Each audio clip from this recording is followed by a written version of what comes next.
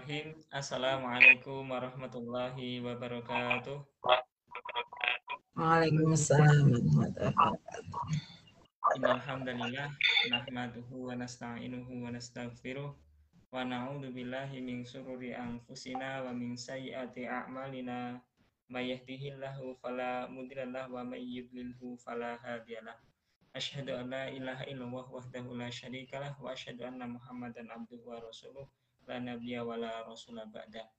Yang kami hormati Ibu Azizah Herawati yang telah hadir di tengah-tengah kita, yang kami hormati pula dan kami sayangi seluruh peserta yang hadir dalam kesempatan kali ini, baik yang hadir di WhatsApp forum ya, atau Messenger forum, maupun yang hadir di Facebook dan yang hadir pula di channel YouTube. Pertama kalinya marilah kita memanjatkan rasa syukur kita kepada Allah Subhanahu wa taala yang telah memberikan kenikmatan kepada kita semua sehingga pada malam hari ini dapat bermuajahah, dapat bersua di forum ini dalam materi insyaallah akan mempelajari tentang materi keempat ya, materi tentang reproduksi ya, menjaga kesehatan reproduksi yang insya Allah akan disampaikan oleh Ibu Azizah Herawati. Salawat beserta salam semoga senantiasa tercurah limpahkan kepada Nabi Muhammad SAW yang telah mencontohkan kita berbagai macam hal, baik yang berkaitan dengan ibadah maupun yang berkaitan dengan segala hal, pokoknya dalam hal muamalah ya, dalam hal menjaga kebersihan. Nah, terutama kebersihan dalam ketika kita wudhu, kemudian kebersihan ya, ada wudhu yaitu kemudian mencontohkan lagi adalah mandi besar ya. Kemudian Rasulullah pun dalam hal menjaga kesehatan reproduksi, Rasulullah mencontohkan mencukur bulu kemaluan yang juga termasuk. Marilah pada kesempatan kali ini kita mulai dengan bacaan basmalah bersama-sama. Bismillahirrahmanirrahim. Sebagaimana yang tadi saya sampaikan, materi dalam kesempatan kali ini adalah materi keempat, yaitu menjaga kesehatan reproduksi.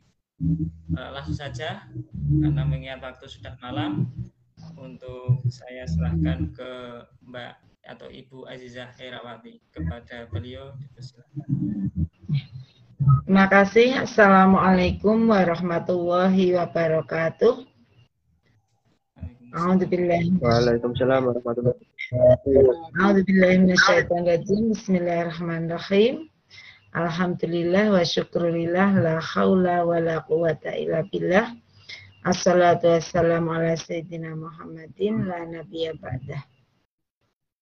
Amma ba'du, yang saya hormati Mas Bayu Pamungkas selaku moderator dan inisiator kegiatan ini, teman-teman calon pengantin yang saya banggakan, semangat ya, meskipun sudah karpe tidur, saya ini capek, tapi alhamdulillah kita sama-sama bisa berkumpul di sini, saling berbagi ilmu, terutama yang berkaitan dengan kesiapan untuk menjadi pengantin. Gitu. Mesti senang itu, wah itu sudah ada yang berduaan itu dipisah dulu Mas Bayu.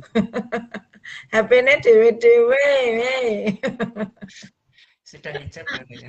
Ya, itu kalau di virtual, kalau nggak virtual dari Ibu. Ya, jadi sendiri duduknya. Ya. Oke. Saudara ya, kemarin sudah kenal sama saya Azizah Herawati. Sebenarnya sebagai fasilitator terbintek saya harus siap dengan semua materi, tapi baru kali ini saya mengisi tentang kesehatan reproduksi. Terima kasih Mas Bayu tembakannya. Tapi karena ini virtual mungkin nggak se-hot kalau nggak virtual loh Mas ya. Jadi materi ini sebenarnya paling disuka oleh calon pengantin. Karena materinya materi hot ya.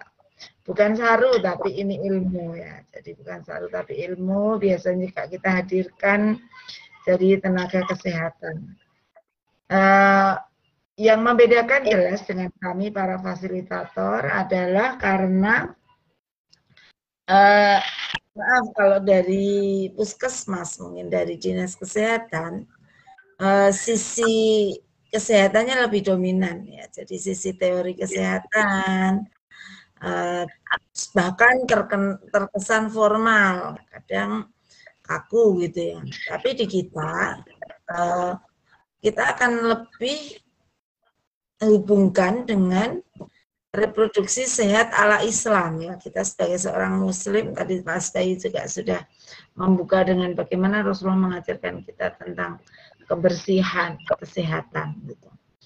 Jadi ini penting ya, penting sekali. Saya berikan penghargaan setinggi-tingginya buat jenengan semua yang bisa rawuh pada forum ini. Karena di sini akan mendapatkan hal-hal yang tentu tidak didapatkan oleh mereka yang tidak hadir. Mungkin yang tidak hadir hanya, maaf, itu teori setahu dia saja, gitu ya. Bahkan tidak ikut chatting, tidak ikut bimbing itu sebenarnya naluri manusia untuk melaksanakan tugas reproduksi itu sudah bisa, gitu ya, secara naluri makhluk ya. Jangankan kita yang manusia diberi akal, hewan saja bisa sering lihat ya, ono jagung oyak-oyak babon itu ya. Cuman bedanya kita ada etika, bahkan sampai yang sudah bersuami istri pun nanti ada saat-saat bagaimana kita menghormati pasangan, bagaimana kita menghargai pasangan, bagaimana kita berdiskusi bersama pasangan untuk merencanakan hal-hal yang berhubungan dengan reproduksi. Gitu. Karena salah satu tujuan menikah kan itu ya Mas ya. Apa Mas tujuannya menikah? Selain sakinah mawaddah warahmah, ya untuk mendapatkan keturunan gitu kan ya. Ya nggak ada nggak yang nggak pengen punya anak. Wes yang penting seneng-seneng banget. Cah loro runarine runtang-runtung happy-happy nggak pengen punya anak ada nggak? Iya nggak Mas Sutras? Pengen nggak punya anak gitu? Pengen punya apa pengen nggak punya? Pengen punya ya. Jadi tentu sebenarnya pengen punya. Yang normal itu pengen punya. Tapi di kajian kita kali ini bareng-bareng nanti juga ada diskusi bagaimana saat ditemukan dilalah pasangan kita dalam sekian kurun waktu sudah menikah belum juga diberi keturunan. Mungkin tidak seperti itu. Mungkin kan bisa terjadi pada siapapun. Nah, nanti kita akan diskusikan di akhir sesi. Nah, coba Mas Bayu di slide share ya. Jadi kita lihat garis umumnya dulu ya. Oke ya. Jadi langsung masuk slide pertama, yang kedua ya. Jadi yang akan secara umum ya, kesehatan itu tidak hanya sehat fisik ya, sehat fisik. Tapi kita juga sehat mental, sehat sosial, sehat intelektual, finansial yang kemarin dibahas sama Pak Hakim ya, tentang kebutuhan ya, kebutuhan keluarga, kemudian spiritual, mungkin sama Pak Saifuddin juga sudah disampaikan di psikologi keluarga. Kemudian yang tidak kalah penting bahkan ini yang merupakan gongnya ya, jadi di kebutuhan seksual. Sekali lagi ini bukan sarut, tapi ini ilmu dan harus dipedomani sehingga nanti tidak salah kaprah. Oke. Nah, kita langsung ke ini ya. Nanti kita diskusi dulu ya. Sebelum kita langsung ke, nggak usah diperlihatkan dulu Mas Bayu, tapi intinya lagi-lagi saya minta teman-teman menyiapkan kertas ya, kertasnya ya, Saya ingin tahu seberapa jauh pengetahuan panjenengan tentang organ reproduksi dan fungsinya. Itu aja, sederhana saja. Organ reproduksi dan fungsinya.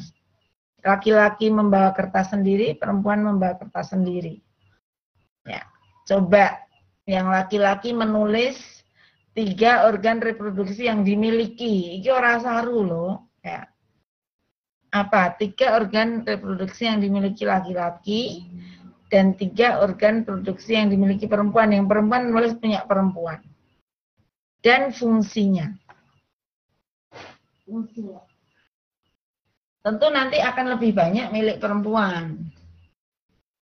Tapi yang coba saya kasih waktu 2 menit cukup Mas Bayu. Atau 5 menit, 2 menit saja. Nggak saru nanti saya tanya. Ya, kakaan ya enggak apa-apa lah biar nggak ngantuk gitu. Ini kalau dipimpin tatap muka bisa seru banget karena di situ seringnya tidak suruh nulis tapi suruh gambar. Itu fasilitatornya suka iseng itu suruh gambar gitu ya. Tapi sekarang ini aja ditulis. Setahun jenengan organ reproduksi yang jenengan miliki itu apa? Ya. Coba, terus fungsinya apa? Fungsinya apa? Yang putri juga 3 dulu aja nggak apa-apa. Atau boleh lebih, kalau putri itu bisa mencapai lebih dari 3, bisa 5. Kalau Mbak Ambarwati tahu, Mas siapa lagi tuh? Mbaknya ada berapa Mas? Baru 1 ya, Mas Bayu. Ya. Itu ada 5, ya. Terus fungsinya apa? Kebetulan kan di sini masih pada unyu-unyu semua nih calon ngantennya. Ya, ini takutnya nanti cecah cilik urung bisa membersihkan diri sudah nikah gitu ya. Nah, jadi ini penting sekali dengan ikut acara ini. Sudah? Ini siapa yang satu Mas Bayu kok ngilang? Jaringannya mungkin Bu. Oh ya. Kemarin Ya, Mas Sutras, Mas Bayu Sutras tadi sebut dibaca coba. Nah. Ya, Mbak Ambar geser dulu. Ya. Diperlihatkan tulisannya sini.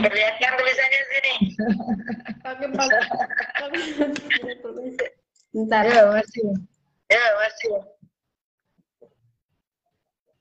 Ora turun-turunan dong itu yang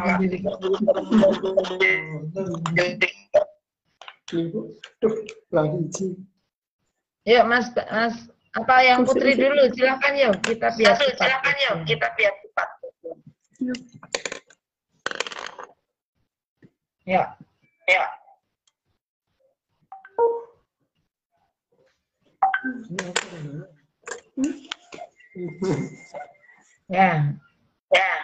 Oke, dibaca, Mas. Nah, isi itu. Enggak apa-apa. Langsung orang ilmu. Ya, pakai bahasa biologinya ya. Sekolah kan? Enggak dulu ya. Ya, sekarang enggak apa-apa yuk. Satu. Tenis. Ya, enggak apa-apa. Emang harus begitu. Fungsinya. Mimpi basah. Sama. Kantong sperma. Apa? Fungsinya hubungan seksual. Terus. Satu lagi. Yang ketiga. Satu lagi. Sperma. Ya, hilang. Ya, oke. Sekarang yang putri. Tiga. Ya, oke. Ini sudah dapat PowerPoint-nya ya. Nggak apa-apa ya, oke. Nah, Tapi tahu kan? Ya, oke yang perempuan. Tapi tahu kan? Ya, oke, yang perempuan. Silakan Mbak Ambarwati. Ya. Silakan Mbak Ambarwati. Ya. Yuk. Pertama, apa Mas? Mbak. Yuk. Pertama, apa Mas? Mbak. Vagina fungsinya untuk mengeluarkan menstruasi, rahim, melahirkan anak, sel telur, mengandung atau hamil, payudara untuk menyusui. Oke. Nah, lumayan ya. Jadi sudah paham. Jadi ini tidak saru ya, teman-teman ya. Jadi saya biasa juga kalau sama anak menyebut itu ya dengan bahasa biologinya. Jadi nggak saru. Jangan bilang burung gitu ya.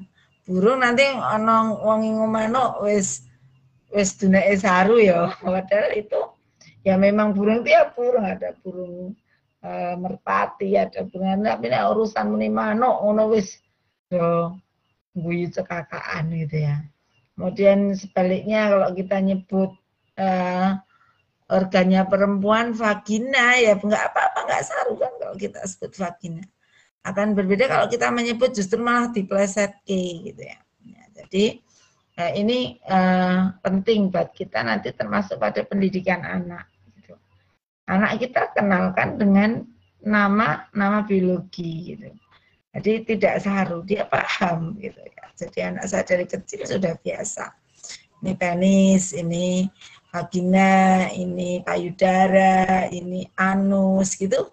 Tidak masalah gitu. Jadi dia sudah terbiasa dengan itu. Tidak dipleset ke burung, tempe, macam-macam. Jadi malah ketemu seperti itu jadi saru gitu. Dan tidak sebenarnya. Oke, kita punya masing-masing dari kita punya organ-organ reproduksi yang harus senantiasa kita jaga. Jaga kebersihannya, jaga fungsinya, sehingga dia bisa berfungsi secara maksimal. Kayak sejak pertama teman-teman mengalami kalau yang laki-laki ihtilam ya bahasa agamanya atau mimpi basah, dan sudah harus tahu bahwa dengan mimpi basah itu kenapa? Berarti terjadi apa Mas Sutras? Kenapa? Mimpi basah itu yang dirasakan apa? Ya, jadi itu berarti tandanya kita sudah apa? Sudah balik kan? Sudah balik, sudah dewasa. Sudah, bahasanya itu kita tidak sekedar bisa membedakan yang baik, tidak sekedar bisa membedakan yang baik dan buruk, tapi kita sudah mukalaf, sudah dibebani pahala dan dosa. Ya, jadi kita belum menikah saja kalau sudah seperti itu. Kita belum menikah saja kalau sudah seperti itu. Untuk Mbak Ambar bisa dimatikan dulu audionya. Ya, jadi kalau feedback. Oke. Ya, gitu ya. Jadi gitu ya teman-teman. Sudah menikah belum menikah saja kalau kita sudah balik tapi bermain-main dengan hal-hal yang tidak dihalalkan oleh agama, maka akibatnya juga akan buruk. Maksudnya yang perempuan ya, perempuan sudah mens, kemudian di situ fungsi-fungsi reproduksi sudah berfungsi semuanya, tapi secara psikis ya, sebenarnya belum siap. Ya. Jadi misalnya Mbak Ambarwati sekarang umurnya berapa? Kemarin baru mau 19 ya. Mas Sutra sudah cukup umur? Sudah turah. Ya. Jadi kematangan mungkin secara fisik kita sudah siap, tapi secara psikis kita, secara mental kita harus menyiapkan dari sekarang. Ya. Karena tubuh pun nanti saat melahirkan di usia yang masih belum ideal juga berisiko. Ini tidak bermaksud menakuti ya. Jadi di sini dari sekarang mulai disiapkan mentalnya seperti itu. Gitu ya Mbak Ambarwati ya. Nanti calon ibu ya. Nikah kan resikonya, konsekuensinya nanti dengan punya anak dan sudah tertanggal status jomblonya kan gitu ya. Jadi punya ibu. Kan yang dimaksud kenapa kita nek iso nikah itu ditunda. Jangan masih kecil, ndak engko anak kok punya anak. Cilik gitu. Oke. Ya. Nah, sudah ya, jadi sudah paham fungsinya, tidak sekedar mens, tapi juga nanti bisa berfungsi untuk melakukan hubungan suami istri. Kemudian apalagi perempuan ya, perempuan punya banyak fungsi di dalam tubuhnya. Di situ ada payudara yang itu pun kalau sejak mulai hamil juga harus mulai dibersihkan supaya saatnya nanti digunakan dia sudah bisa mengeluarkan air susu ibu. Karena air susu ibu itu penting. Ya, penting dari sekarang Mas Sutra sudah memotivasi calon istrinya, besok nek anak harus diberi ASI. Berapa tahun? Coba dinyalakan. Berapa tahun? 3 tahun. 3 tahun. 3 tahun dulu. Yang-yangan ini. Berapa Mbak Ambarwati? 2. Jangan itu ya. Oke, dimatikan lagi. Oke. Jadi 2 tahun tidak kurang, tidak lebih. Haulaini kamilaini di surat Al-Baqarah 233 ya. Tapi untuk ASI saja itu 6 bulan. Jadi sebenarnya bayi itu 6 bulan diberi ASI saja, dia sudah cukup. Namanya ASI eksklusif. Nah, Mbak Ambarwati kerja enggak nih? Kerja? Kerja. Bekerja enggak? Kerja. Enggak apa-apa, ibu bekerja bisa menabung ASI. Ya, jadi saya ibu bekerja. Ibu bekerja, sudah punya anak 3, semua anak saya itu ASI eksklusif. Jadi tidak teori, saya nyuruh-nyuruh, tapi saya juga, anak saya semua profesor ASI. Menyusui 2 tahun, 6 bulan pertama, tanpa asupan lain kecuali ASI. Nah, itu yang diajarkan oleh tenaga kesehatan juga seperti itu. Gitu ya. Oke, sekarang kita lanjut. Nah. Kita langsung masuk ke hak dan ya ini kewajiban dan hak reproduksi ya. Jadi di situ kita akan tahu kesepakatan ya. Jadi di situ menurut pengetahuan kalian ya. Ini pesertanya nih wong loro bagi sepengetahuan kalian. Nah, menurut jenengan yang sebaiknya, yang biasanya menentukan kapan berhubungan suami istri itu yang laki-laki apa perempuan? Istri. Mas. Istri? Kenapa? Ya.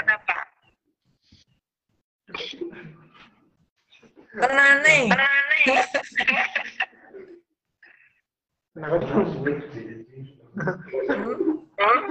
Nah, ya. Kamu besar istri.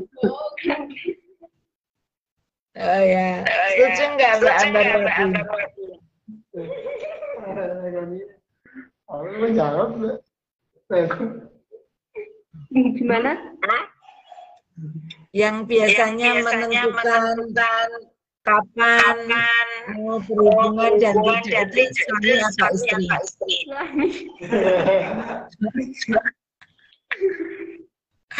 Oke, Ramadan belum kalah.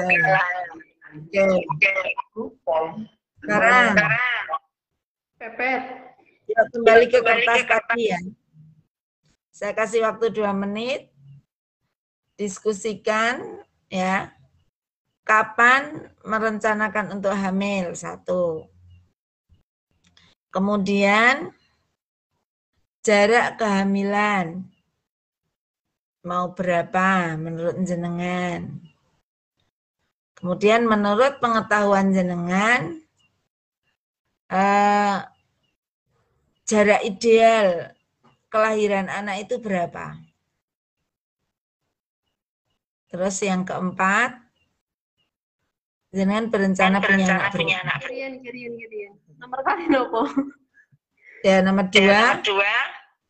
Pertama kan tadi kapan akan hamil. Terus 2, jarak.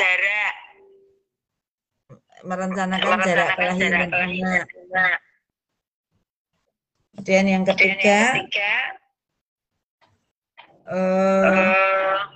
pengetahuan kamu tentang kalian, jarak ideal kelahiran itu berapa? Ya. Terus yang keempat, berapa rencana?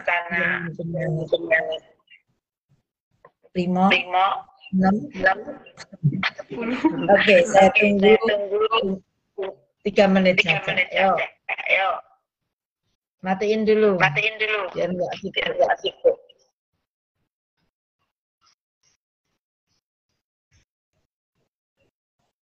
Ayo, sudah? Oke. Sama kalian jawab sama apa dewe-dewe ini? Harusnya sendiri-sendiri. Sendiri-sendiri. Oke, ya Mas dulu. Ya Mas Sutras apa?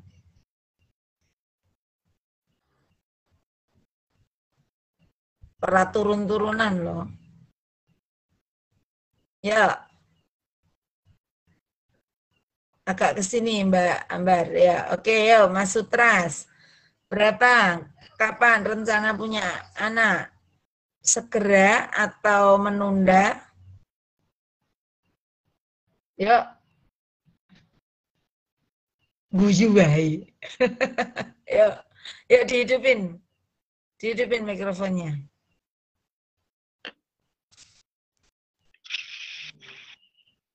Kapan Mas? Segera setelah menikah. Terus jaraknya mau berikutnya.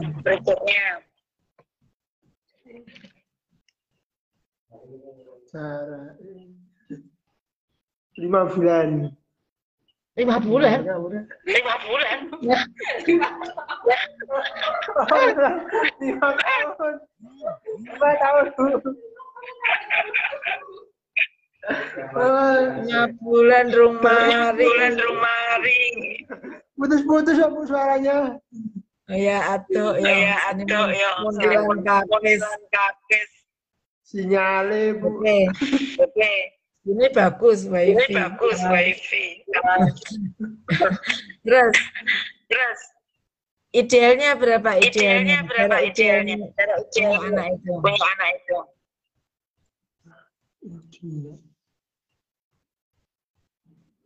Setahun jenengan. Ah, dengar pas nih, Bu.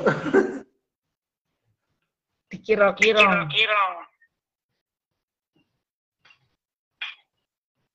Oke, langsung keempat. Berapa? Rencana punya anak berapa? 2. 2 saja. Dua saja. Oke, calon istri yang jawab.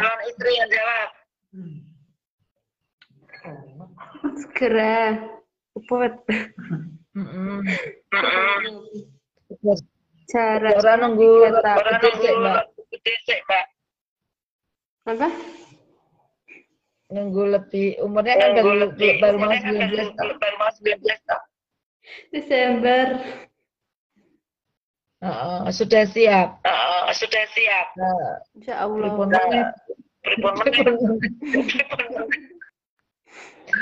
Oke, berapa Jaraknya. Anak berikutnya. Opo. 5 tahun. Sama ini. Terus rencana anak Edino. 3. 3. Oke. Ya. Sudah dipresentasikan ya. Pemicalur. Ya, oke. Tadi ya dimatiin dulu. Oke. Ya. Jadi tadi Mas Sutras sudah keduanya sama sebenarnya segera. Alasannya biasanya ben lanang tenan pora gitu, gitu ya. Oke, biasanya ayam kalau paling tidak 1 anak dulu. Walaupun memang idealnya melihat usia Mbak Marwati ya masih kurang dari 20 tahun. Itu juga perlu diberikan istilahnya penguatan, ya, penguatan supaya dia lebih siap. Karena organ-organ reproduksinya kan masih sangat muda ya, masih belum ideal gitu ya, termasuk psikisnya.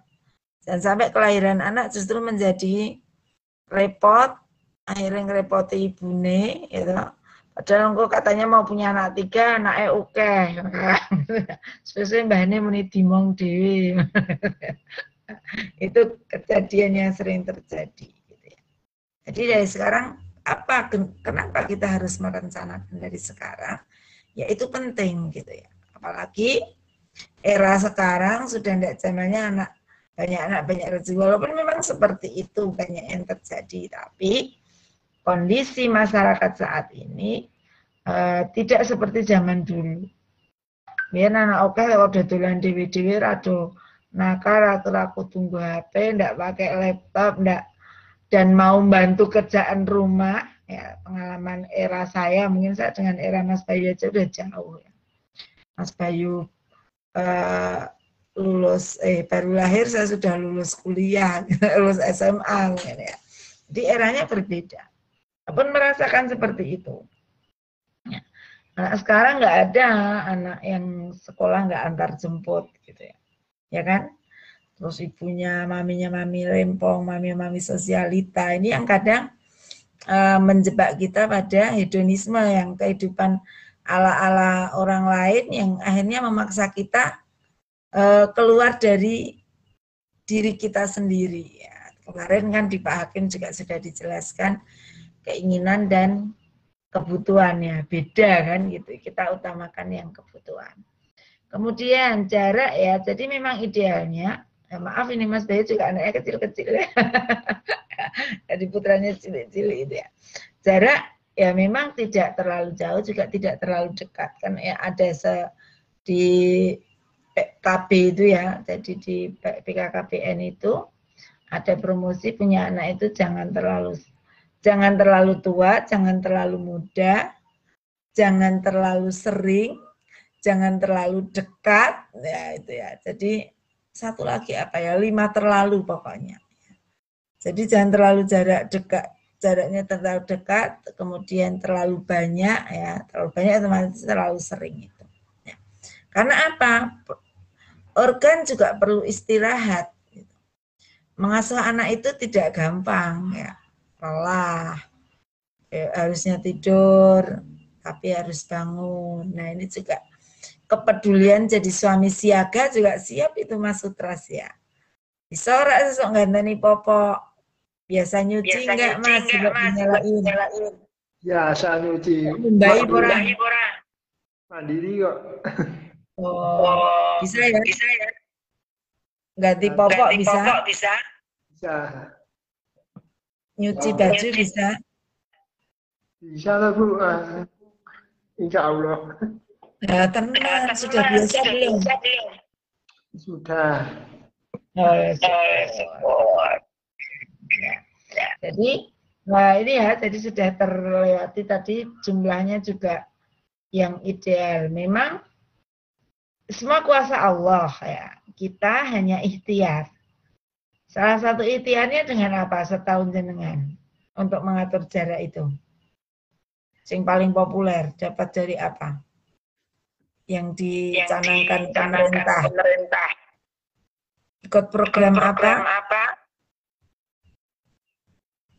Apa Mbak? KP. Apa itu KP? Keluarga berencana.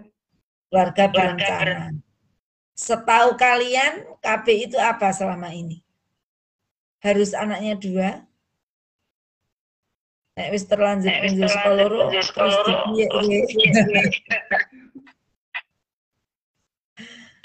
setahun jenengan gimana Mas Sutras? Ya agak kesini wajahnya nggak kelihatan. Agak tahu itu. Apa? Setahun jenengan KP apa? Apa tujuan dari KP? Biar nggak banyak anak. Apa? Banyak anak. Jadi judulnya kan berencana. Biar nggak banyak. Jadi kita menikah pun kan direncanakan. Karena nikah harus direncanakan apa? Diberi potensi. Direncanakan.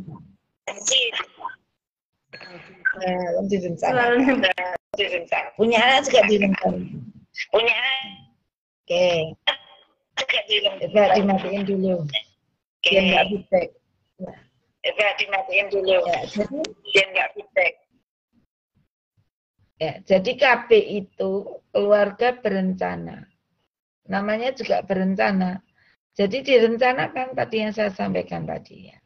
Kenapa jenengan harus mengatur jarak, rencananya punya anak berapa, kapan segera punya anak. Nah, setahu kita kan sudah sering ya, dulu kalau belum tahu KP, apa sih tidak diatur-atur kan gitu ya. Apa sih wis bojo-bojone dhewe gitu. Kemudian saat dilalah punya lebih dari 3, ada suara-suara sumbang dan sebagainya. Nah, kita kan hanya bisa ikhtiar. Tapi Allah yang menentukan gitu. Tapi ikhtiar itu harus. Oke. Hilang ya ini?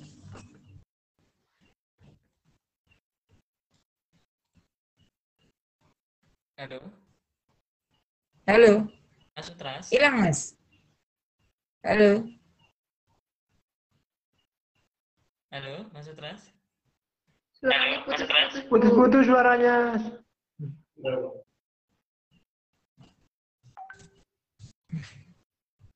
Ya, oke. Ya muncul. Ya, oke. Sekarang yuk dihidupkan lagi. Setahu kalian, yuk tulis sekarang, tulis lagi. Saya pengen tahu setahun dengan 5 alat kaki. 5 alat kaki. Enggak jelas. Setahu jenengan 5 alat kaki. 5 alat kaki.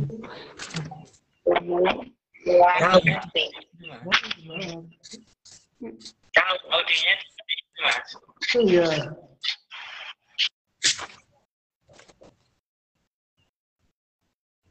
Ya.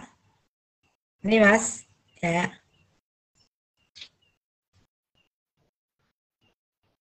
Oke. 5 saja setahun jenengan.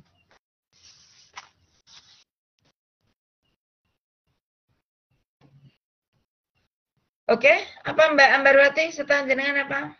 1.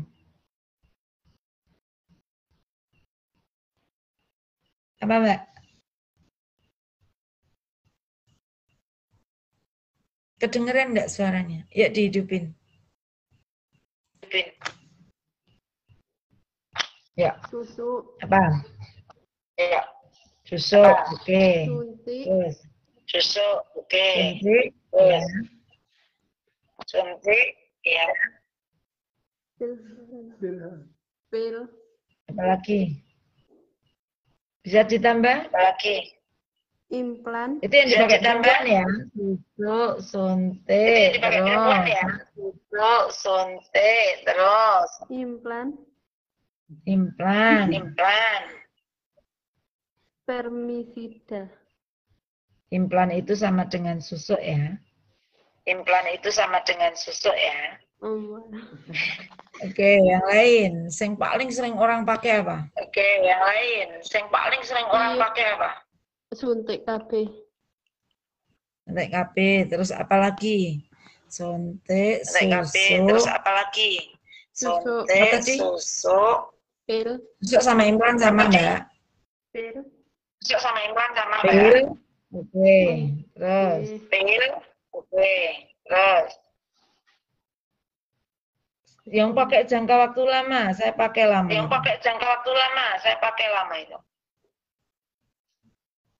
Yud. Pernah dengar? Yud. IUD atau spiral. Nggih. Nggih spiral. Ya, IUD itu intrauterin devices ya. Kalau diplesetkan, iki ucul dadi. Nggih. Terus satu lagi perempuan ada yang namanya Kami itu sekarang orang bilang steril. Oke. Saya matikan sekarang yang laki-laki, coba setahun jenengan apa Mas Sutras yang dipakai laki.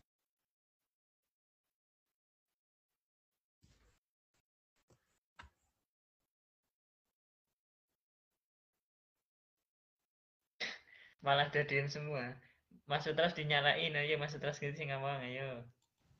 Mas Sutras dinyalain. Saya tak matiin deh. Yuk.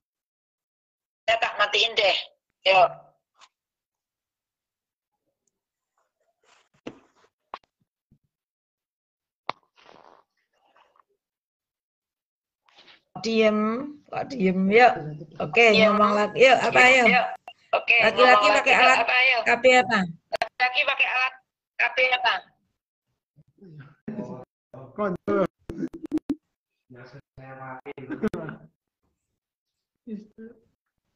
Terus.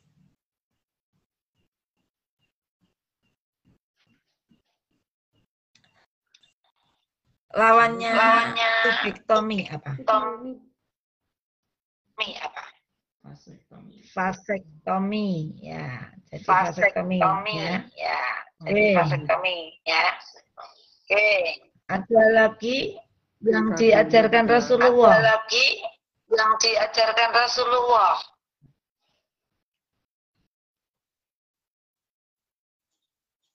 Apa Mas?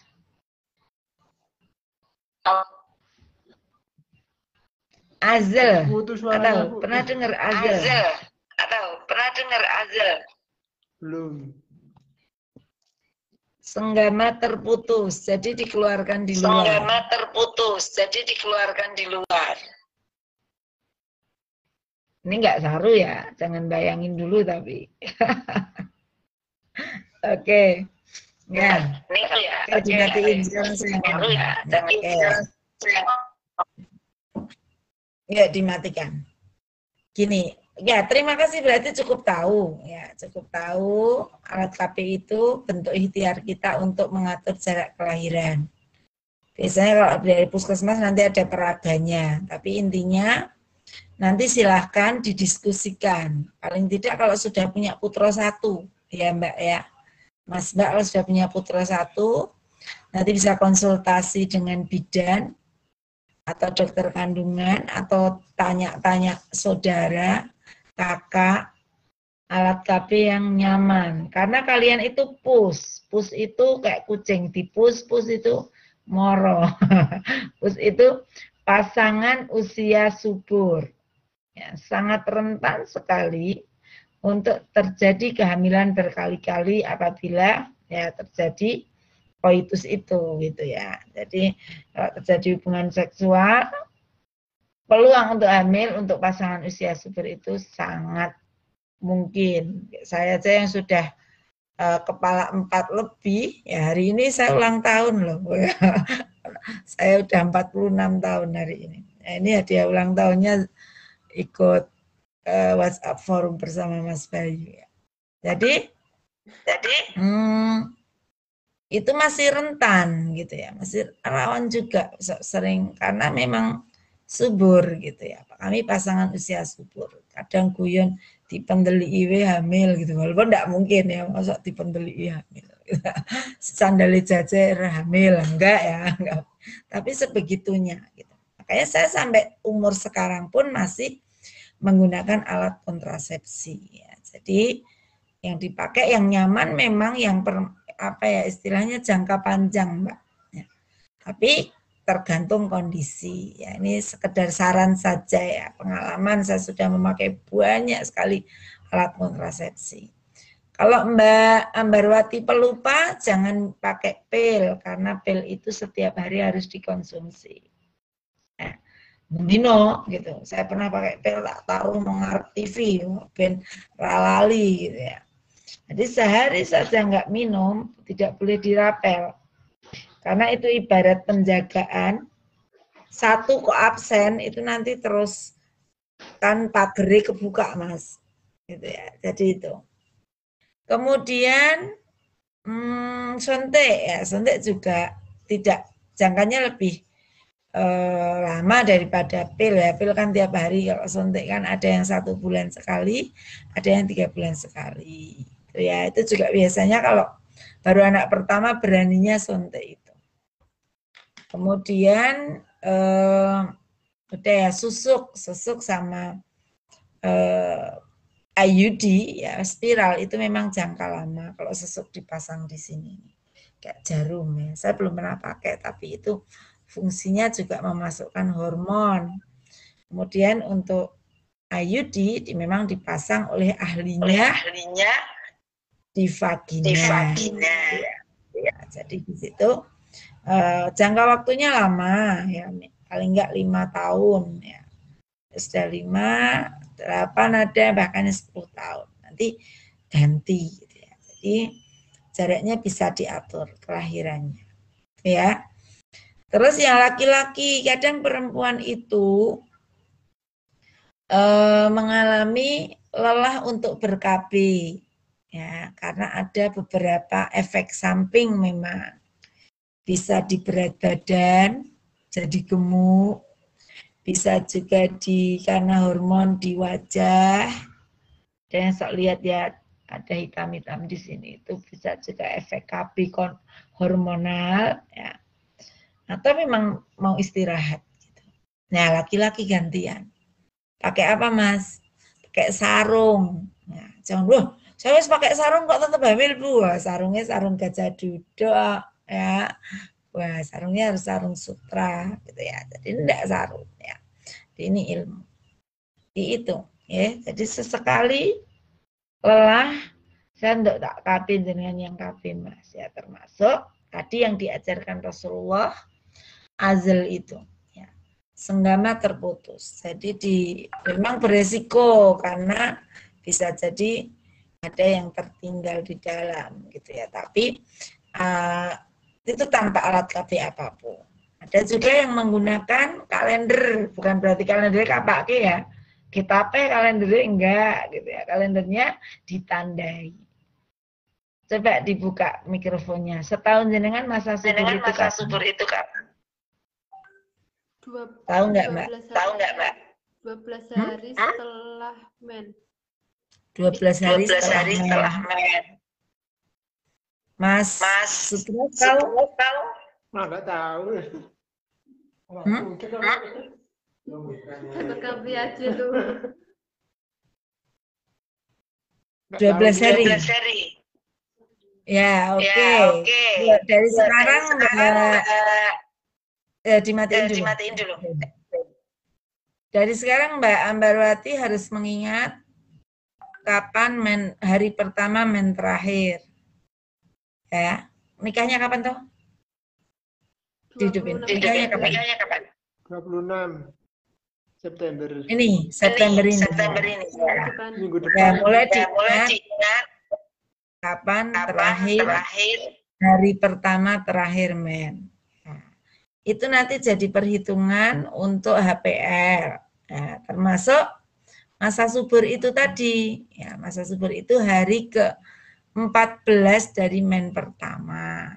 Jadi besok kalau jenengan nggak pakai alat KB atau mau merencanakan kehamilan, otomatis justru pembuahan dilakukan saat hari ke-14 dari hari pertama men.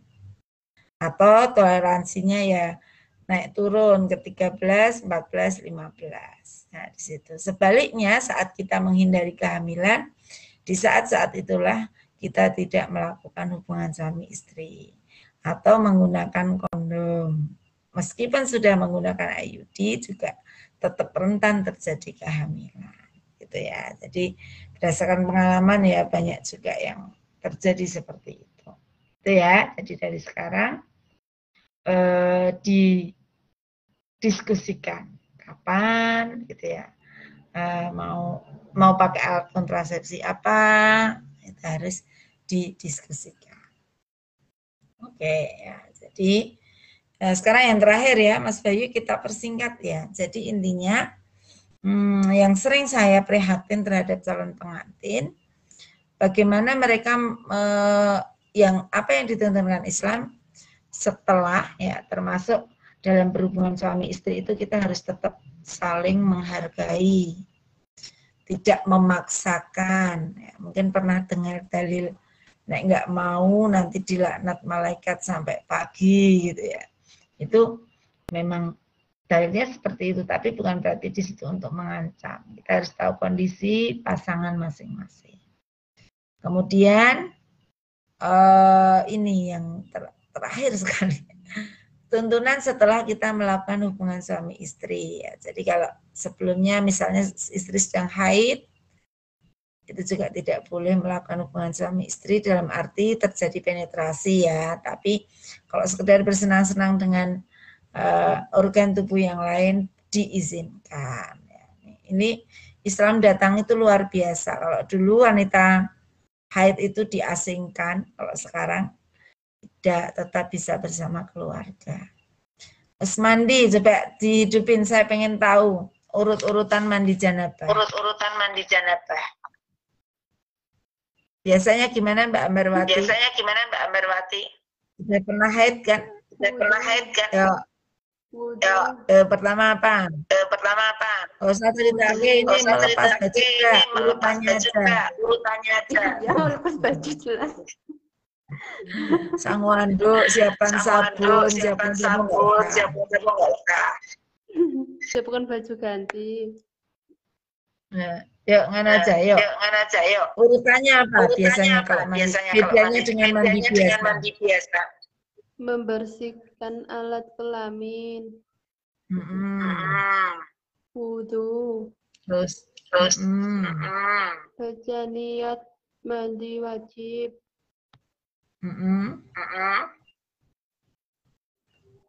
Terus. Apa?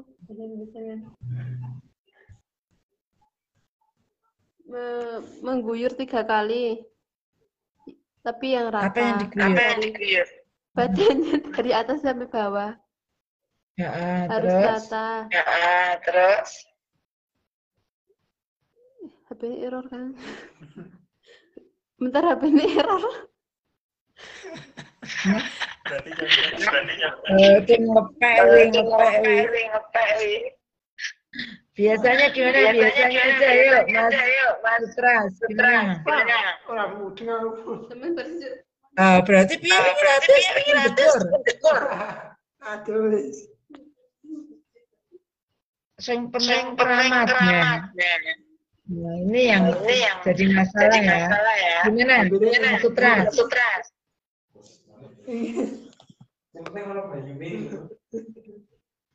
Gimana Mas? Sesuk nganten anyar bulat balik caranya atus ya.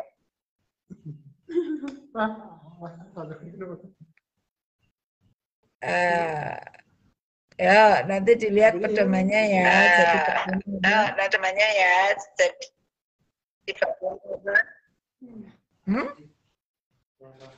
Jelas niat dulu. Niatnya kalau yang biasa dengan ya. Kalau Sudah, dimatiin dulu, dimatiin dulu. Bu. Dimatiin dulu. Oke. Jadi pertama niat di dalam hati atau yang biasa pakai nawa itu monggo. Ya. Terus gimana Mas Bayu? Mana keluar ini sekedar. Dilanjutkan saja nggak apa-apa, nanti biar nonton diingat. Ya, oke. Terus ya membasuh kelamin ya, pakai tangan kiri. Kemudian berwudu ya. Nah, berwudu dengan kalau di hadisnya itu menunda kaki ya. Tapi ada juga yang wudu lengkap, kemudian nanti di akhir wudu lagi gitu. Terus menyela-nyelai rambut dengan air, kita ambil air di gayung, tangan kita dimasukkan di sela-sela begini 3 kali. Nah, terus disiramkan kanan 3 kali, kiri 3 kali, tengah 3 kali, mandi seperti biasa. Terus tadi kalau tidak menyentuh kelamin bisa tinggal membasuh kaki 3 kali, membaca doa seperti setelah wudhu itu selesai. Atau kalau tadi wudhu sempurna juga bisa. Ya, jadi ini hal sederhana tapi banyak sekali calon pengantin yang tidak tahu gitu. Jadi itu ya mungkin Mas Bayu ya sudah waktunya sudah pas lebih 8 menit karena tadi masuknya agak terlambat, tapi intinya semoga ini cukup bisa memberikan pengetahuan dasar lah paling tidak bagi calon pengantin, terutama calon pengantin muslim dan muslimah untuk mempersiapkan keluarganya gitu ya, termasuk terutama nanti supaya kaitannya dengan kesehatan reproduksi ini juga mereka lebih tahu gitu. Nah, jadi itu saya yang sering sampaikan yang berkaitan dengan jarak kelahiran, alat kontrasepsi, kemudian etika berhubungan suami istri, kemudian juga ASI tadi yang saya singgung ya, ASI eksklusif. Ya, jadi itu juga penting sekali di tengah era di mana para ibu sudah mulai enggan untuk menyusui anaknya dengan baik. Padahal itu bukan hanya perintah dokter, tenaga kesehatan, tapi perintah Allah di surat Al-Baqarah 233. Gitu ya Mas Bayu dan teman-teman semuanya, mohon maaf. Semoga bermanfaat. Terima kasih, selamat, barakallahu laka wa baraka alaika wa jama'a bainakuma fi khair. Semoga keberkahan, kerahmatan melimpah jenengan berdua dan Allah mempertemukan jenengan dalam kebaikan. Selamat, semoga menjadi keluarga sakinah mawaddah warahmah, punya putra-putri juga solih dan solihah. Kurang lebihnya mohon maaf. Albiru manitaqo. Assalamualaikum warahmatullahi wabarakatuh. Waalaikumsalam warahmatullahi wabarakatuh. Terima kasih saya sampaikan kepada Ibu Azizah Herawati yang telah memaparkan berkaitan dengan kesehatan reproduksi, kesehatan reproduksi. Ya. Intinya di dalam Islam ya, sangat memperhatikan sekali berkaitan dengan kesehatan reproduksi ini. Nggak ada pesertanya, jadi mau bicara apa susah. Nanti mereka dengar. Ya sudah, yang menyaksikan di Facebook maupun nanti ketika diupload di YouTube, ya acara sudah selesai. Ya semoga apa yang disampaikan Mbak Azizah bisa nantinya bermanfaat bagi kita semua. Kita tutup dengan bacaan hamdalah. Alhamdulillah. Dengan demikian acara hari ini sudah selesai karena Pak Rohmat dalam hal ini juga terkendala masuk Zoom, masuk Messenger. Jadi memang ini kendala berat sekali, artinya dari tadi Pak Rohmat juga mau masuk tidak bisa. Padahal rencananya acara setelah ini penutupan. Ya, oke, kita tutup bersama saja Mas. Bingung sendiri, saya juga bingung ini gimana caranya. Ya, kita refleksi aja, berarti mungkin bisa dievaluasi lagi untuk cara ini gitu ya. Oke, Tapi oke. saya pikir peserta yang hadir pun sebenarnya sudah bisa interaktif dengan kita. Dan seperti halnya kalau kita tidak virtual, cuman karena kendala sinyal mungkin, apalagi latar belakang masyarakat yang di pegunungan, mungkin juga seperti ini kurang diperhatikan juga bisa. Nah, terima kasih kepada yang hadir yang tentunya mereka luar biasa. Oke.